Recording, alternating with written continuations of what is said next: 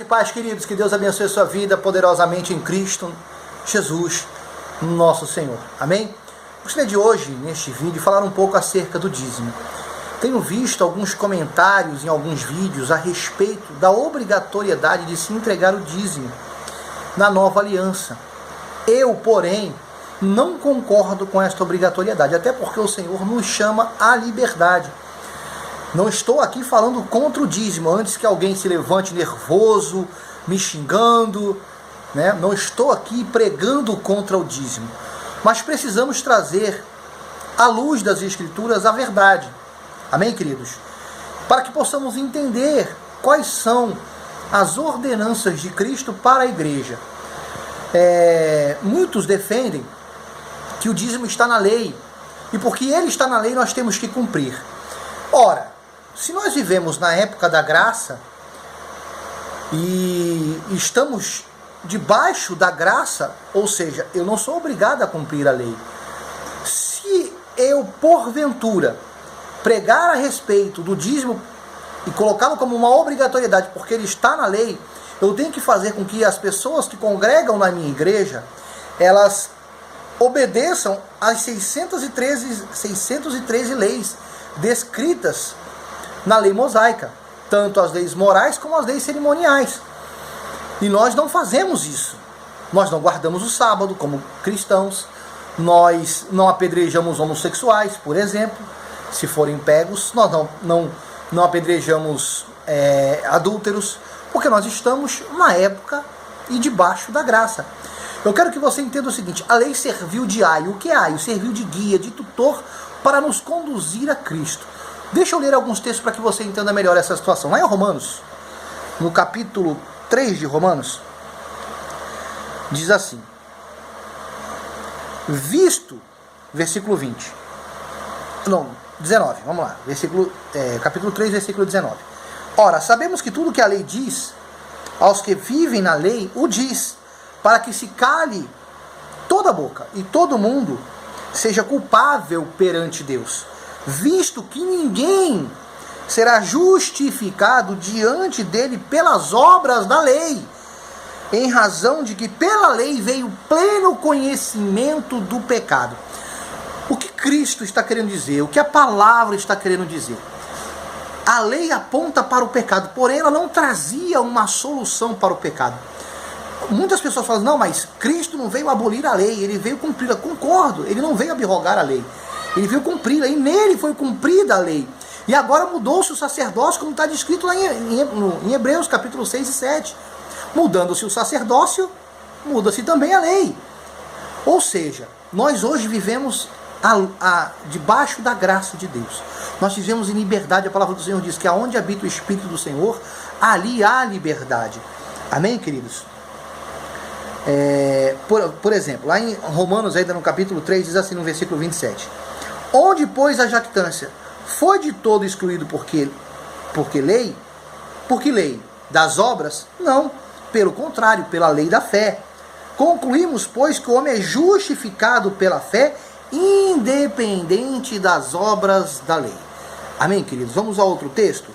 Lá em Gálatas, no capítulo 3 de Gálatas, no versículo 20, diz assim, no versículo 24, desculpa: de maneira que a lei nos serviu de aio, de guia, de tutor, para nos conduzir a Cristo, a fim de que fôssemos justificados por fé.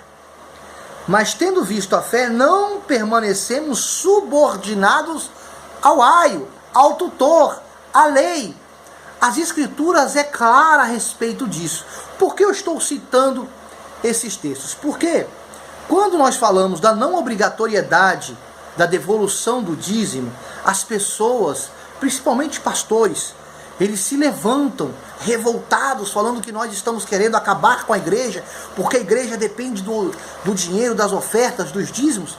Obviamente que isto é verdade, e nós não estamos aqui para falar de algo diferente, pelo contrário. Porém, nós não podemos ensinar errado, nós não podemos ensinar uma obrigação às pessoas, sendo que hoje nós somos livres. Nós somos livres. E isso é o mais lindo da graça de Deus. é que hoje nós não estamos debaixo do jugo da lei, do peso da lei, que o próprio Senhor Jesus falou que os fariseus, eles pregavam a lei, mas eles mesmos não a cumpriam, eles colocavam um peso extremamente pesado sobre as pessoas, me desculpa, porém nenhum dedo colocava sobre eles, ou seja, eles estavam explicando isso, porque agora nós estamos debaixo da graça e somos livres, amém? Não há obrigatoriedade, porém, o que torna mais lindo isso, é que através da nossa liberalidade com Deus, através do nosso amor para com Deus e para com a sua obra, nós ofertamos. Eu acho até que quando nós pregamos sobre o dízimo, nós limitamos as pessoas em dar a sua oferta de amor. Porque a pessoa acaba se limitando a 10%, sendo que ela poderia dar mais. Liberalmente. Amém? Lá em 2 Coríntios, capítulo 9, no versículo 6, diz assim: e isto afirmo, aquele que semeia pouco, pouco também ceifará. E o que semeia com fartura, com abundância, também ceifará. Aí o Senhor fala: cada um contribua segundo tiver proposto no coração, não com tristeza ou por necessidade, porque Deus ama quem dá com alegria. Olha só como é interessante. Quando nós falamos de dízimo, geralmente citamos Malaquias 3:10, e esse texto ele fala do devorador. E nas pregações nós usamos muito essa teologia. Eu usei, já pedi muito perdão a Deus a respeito disso. Nós usamos muito a metodologia de incutir medo nas pessoas para que elas se tornem dizimistas. Olha, se você não for dizimista, o devorador, o cortador, o migrador irão consumir os seus bens. Aí o carro da pessoa quebra. Tá vendo? A primeira pergunta que o pastor faz: você é dizimista? A pessoa cai doente, qual a primeira pergunta que o pastor faz?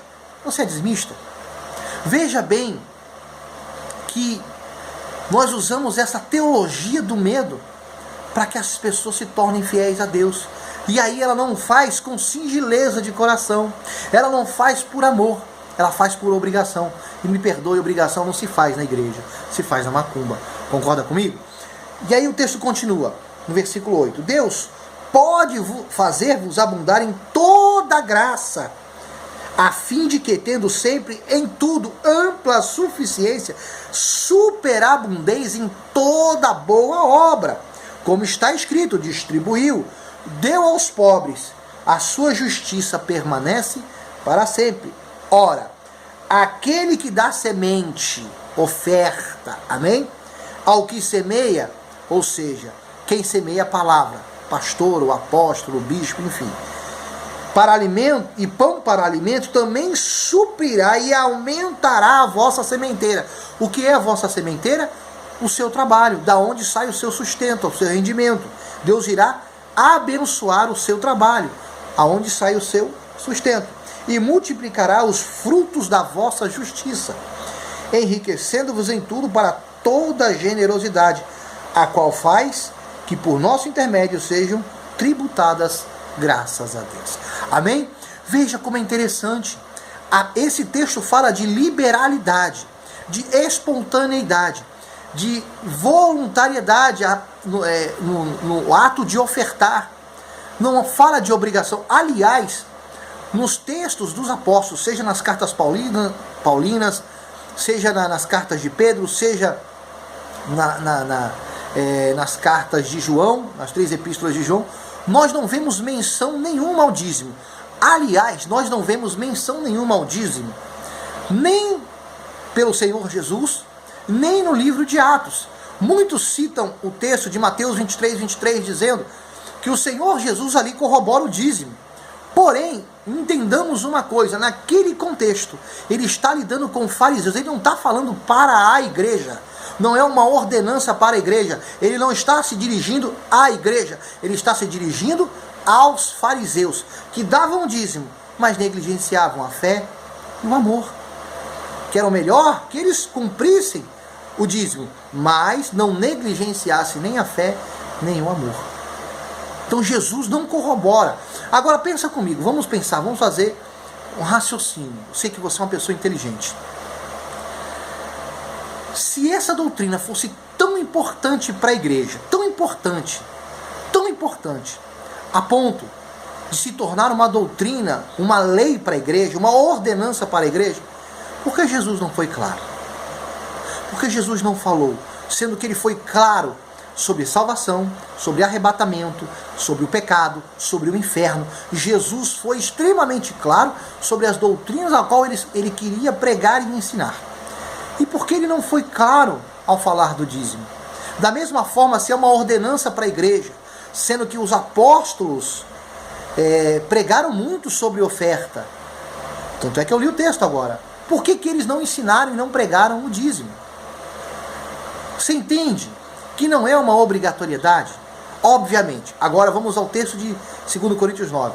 Se você coloca no seu coração que você quer destinar 10% da sua renda como oferta para Deus, glória a Deus por isso. Você está fazendo isso de livre e espontânea vontade.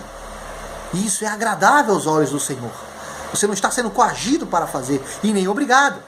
Se eu quiser dar 20%, 30%, glória a Deus. Se eu quiser dar tudo da minha renda, glória a Deus. Assim como Barnabé, lá no livro de Atos, ele vende uma herdade dele e deposita aos pés dos apóstolos.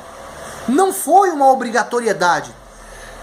As pessoas faziam aquilo porque criam, naquele contexto, que Jesus iria voltar naqueles dias. E por isso eles não estavam preocupados com seus bens.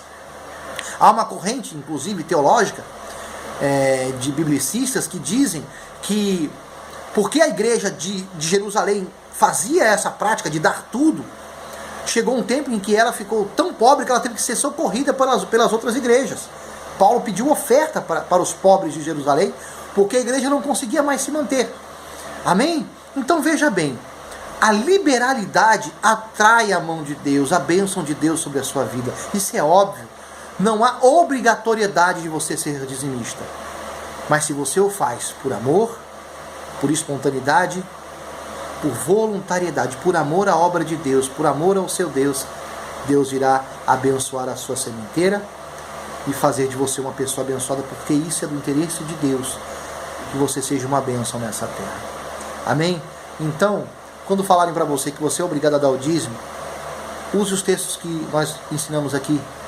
Mostre que não há obrigatoriedade. Mesmo eu sou dizimista. Eu, pastor Alexandre, sou dizimista há 25 anos. Ensino a minha filha, que tem 7 anos, a dar 10. Eu ensino a minha filha a dizimar. Eu ensino porque eu entendo que é um princípio, não de obrigatoriedade, mas que ela consiga entender que ela sendo liberal com Deus, ela fazendo isso por amor, eu tenho certeza que Deus irá abençoá-la. E por isso eu ensino. Assim como eu também sou dizimista, há 25 anos. Dizimista e ofertante. Na verdade, eu e a minha esposa, nós sustentamos a obra. Eu trabalho fora, ela trabalha fora, nós temos o nosso sustento. E praticamente toda a nossa renda é usada na igreja, porque nós temos diversas obras sociais.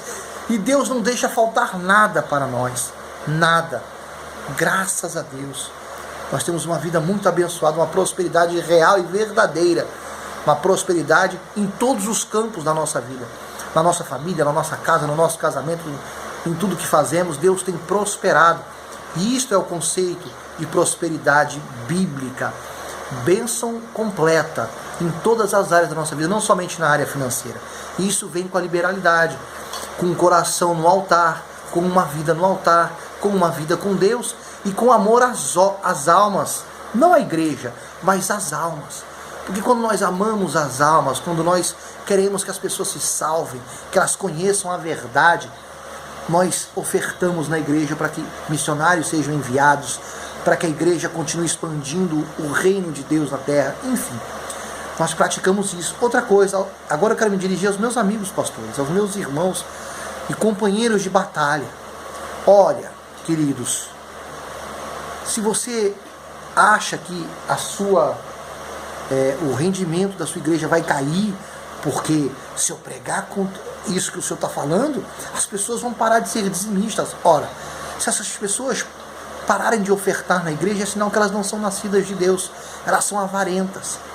E outra coisa, meu querido, a obra não é minha, a obra não é sua, a obra é de Deus. E se a obra é dele, é ele que sustenta a sua obra. Deixa eu te dar um exemplo. A questão de uns 2 anos atrás, então uns 3 anos atrás, nós tínhamos que pagar o aluguel da igreja. Faltavam R$ 1.500. R$ 1.500. A igreja estava recém aberta. Nós alugamos um ponto grande, né, amplo, bacana. E aí faltava, e no dia de pagar o aluguel, eu só tinha R$ 500, era R$ 2.000 o aluguel. E naquele dia choveu, você sabe, né? Quando chove, o povo fica em casa. Veio poucas pessoas na igreja, mas entrou R$ 500 de oferta. E eu orando a Deus, então eu falei, poxa Deus, amém, graças a Deus, Deus vai prover. E nós fechamos a igreja, ficamos lá dentro com os jovens da igreja, e a igreja ficou fechada. E aí, de repente, bateu uma pessoa na porta da igreja. E falou assim, olha, eu estava passando aqui, e Deus tocou no meu coração para eu entregar uma oferta. Deus me abençoou numa situação, e ele tocou no meu coração para que eu entrasse aqui e entregasse essa oferta. Eu nem congrego aqui nessa igreja, mas eu gostaria de entregar essa oferta aqui. Amém. Aí pegou, colocou a oferta lá, né? Ficamos ali adorando a Deus durante um tempo, e depois o pessoal foi embora. Eu morava na igreja, fui tomar banho e tal. Quando eu fui orar, eu lembrei da oferta e fui contar. Adivinha? Os R$ 1.000 que faltavam, Deus colocou, completou. Amém? A obra é dele. Aí deixa eu te contar algo que aconteceu no domingo anterior a esse dia. Eu estava preocupado com o aluguel da igreja. E aí eu lembro que na oferta, né, a igreja estava cheia, rapaz, deu R$ 10 de oferta, 5 notas de R$ 2. Falei, misericórdia, que é isso? Aí eu peguei aquelas 5 notas de R$ 2, coloquei em cima da mesa, fechei os meus olhos e orei com toda a minha fé. Meu Deus, eu creio que o Senhor tem poder para pegar essas 5 notas de R$ 2 e transformá-las em 10 notas de R$ 100. Eu creio no teu poder. Aí quando eu abri os olhos, adivinha? Tinha lá 5 notas de R$ 2. Aí Deus falou assim no meu coração, meu querido, eu faço milagre, não faço mágica. Aí foi quando eu entendi, falei, a obra é do Senhor e Deus vai sustentar a obra. E na terça-feira aconteceu isso que eu relatei. Veio o sustento para a obra, e tem sido assim, sempre. Então creia que o ministério é de Deus, você é só um dispenseiro, só um mordomo de Deus, que está aqui para administrar a obra. E Ele, como dono da obra, irá sustentá-la. Amém, querido? Não entenda isso como uma crítica, mas viva a luz das Escrituras. Que Deus te abençoe e te guarde. Fique na bênção. Um forte abraço. Comente o vídeo, fique à vontade, sempre com educação, né? Porque aqui nós não estamos atacando ninguém, nem nos comentários, mesmo quando eu sou xingado nos comentários, eu ataco alguém. Tá bom, querido? Que Deus abençoe você, a sua família, a sua casa, os seus bens, os seus projetos. Um forte abraço. Fica na bênção. Deus te abençoe. Em Cristo Jesus.